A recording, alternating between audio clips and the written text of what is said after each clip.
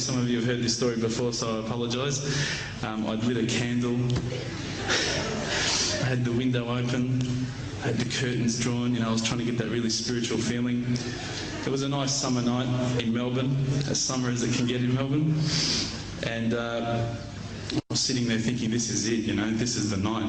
I'd been, investigating all the spiritual proofs, all the scientific proofs about the fact that the mountains are the pegs, about, how the embryo develops inside, the woman, all these amazing proofs, but I still needed that little push.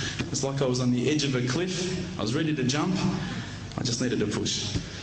So I was sitting there, it was very quiet. I was reading Quran, and I stopped. I said, Allah, this is my moment. This is the time I'm about to jump into Islam. All I need is just a sign. Just a little sign, nothing huge, maybe a bolt of lightning.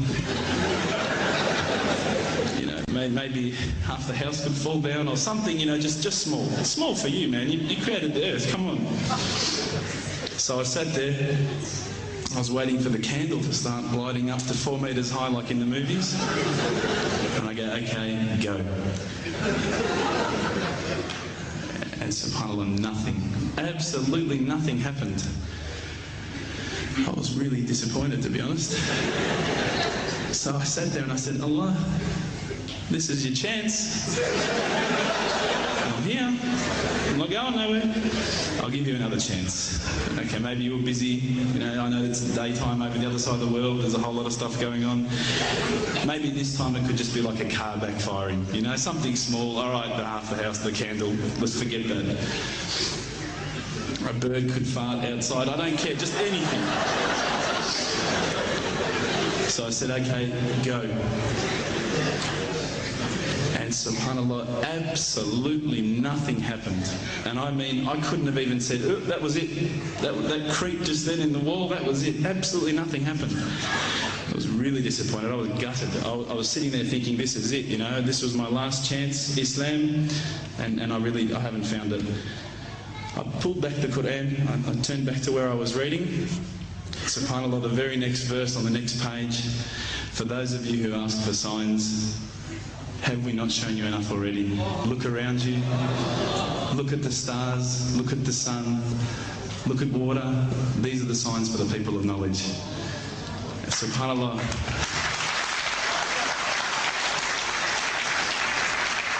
I threw the doona over my head and I pretended I was asleep. I was that scared because I couldn't believe how arrogant I'd been to want my own specific sign when all the signs had been there for me all along. The fact that we have this world, the fact that there is this creation, these are the signs for all of us. The next day I decided this is it, I'm becoming a Muslim. I'd been investigating Islam now for probably about 6 months, to be honest. I went in and I said to myself, this is it, I'm going to make shahada. I had no idea what I had to say, I had no idea what the words were. It was probably close to Isha prayer, so it would have been, 7, 8 o'clock at night. I went in and I couldn't believe it. There was about 1,000 people at the mosque. I thought, subhanAllah, look at this religion. Look at how strong they are. It was the first night of Ramadan.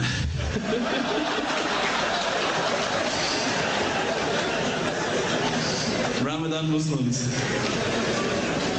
So I sat there and I was very nervous, I must admit. I got up and this person's going to me, you got to say these words, bro. Ashhadu. I'm going, what? Ash what? Can't I just say it in English? No, they say no, you got to say it in Arabic. And I thought, looked out over the sea of beards that I could see in front of me and I thought, if I get these words wrong, I'm a dead man. Again, I had this fear, And they were staring at me, and I don't know if you know this, but Australians can't stare. Lebanese people can stare. So I was sitting there, I was very scared.